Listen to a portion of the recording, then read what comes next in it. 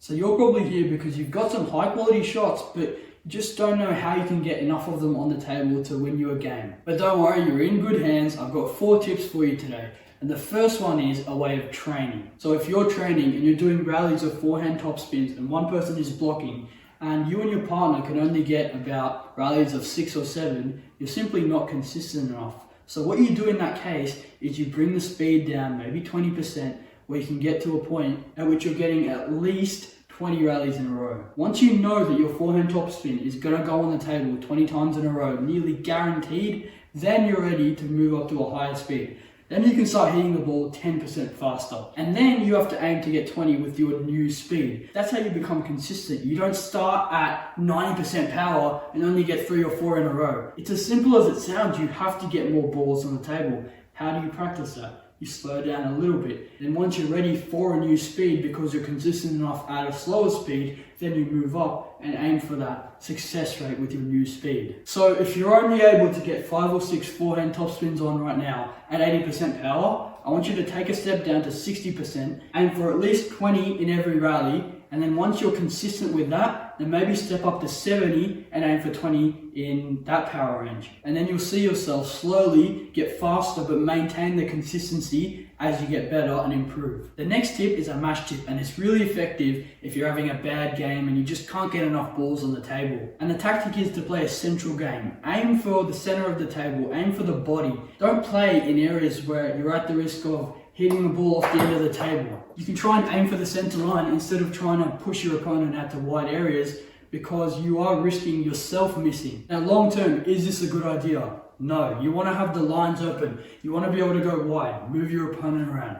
But if you're having a bad game and you want to be more consistent, aim for the middle. This is a nice and simple trick that increases your margin for error. And the next tip is to keep your racket above the table. A lot of times in my club, when I see players transitioning from backhand to forehand, I see them dropping their rackets, and then they have to recover back to a new position to play their new shot, which is not ideal. You want to be keeping your racket above the table and in this central neutral area, so you're ready to switch to any side. And that's going to give you more time. You'll be in position quicker, you'll have more time on the ball, and you'll have more time to decide where you're going to put it, and you're just less likely to miss if you're in position quicker. So remember, unless you're doing a topspin against backspin on either side, don't drop your racket below the table. Keep your racket high and keep your racket in a neutral position so you're ready to play any shot. Alright, so the last tip, it's equipment. Everyone loves to talk about equipment in this space. We're all equipment junkies.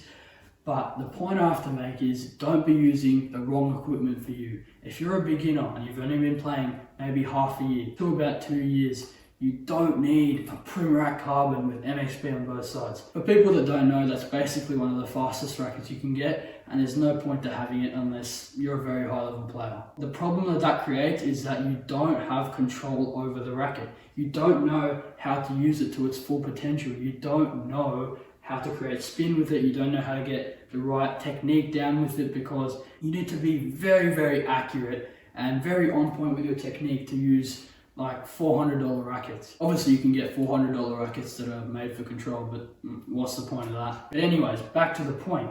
Don't be using rackets that are way too spin sensitive for you. You can't control where you're placing your opponent's serves. Or don't be using rackets that are just way too fast for you. There's no point. All your shots are going to go into the net, or they're going to go off the end of the table. You're going to miss. And it's all just a lot better if you have a blade and rubbers that you can control. So if you're a beginner, you might like to start with a controlled or wood blade, a pure wood blade with maybe some Rosantas on both sides. That might be a great starting racket after you've played with a pre-made one for about 6 months. But if I was to tell you to go and buy one of the fastest blades, I don't know, the Jungjica ALC, which is what I have here, and then put a 10EG on it, I'd be an absolute idiot, and I wouldn't be the right coach for you. You need to have something that you can control and that helps you learn. It shouldn't limit you from being a better player. These rackets require way too much precision for a beginner. You need to first go and build that precision with a racket with good control. But hopefully I've drilled that down enough. Don't go buy mile-long setup because it looks cool and you can show off to your friends. It's not going to help you improve. But yeah, that was my video for today, and those were some of my better tips to get more balls on the table, get more control in your shots, become a more consistent player. But anyways, that's all I have for you today. Don't overthink it and just keep training as hard as you can.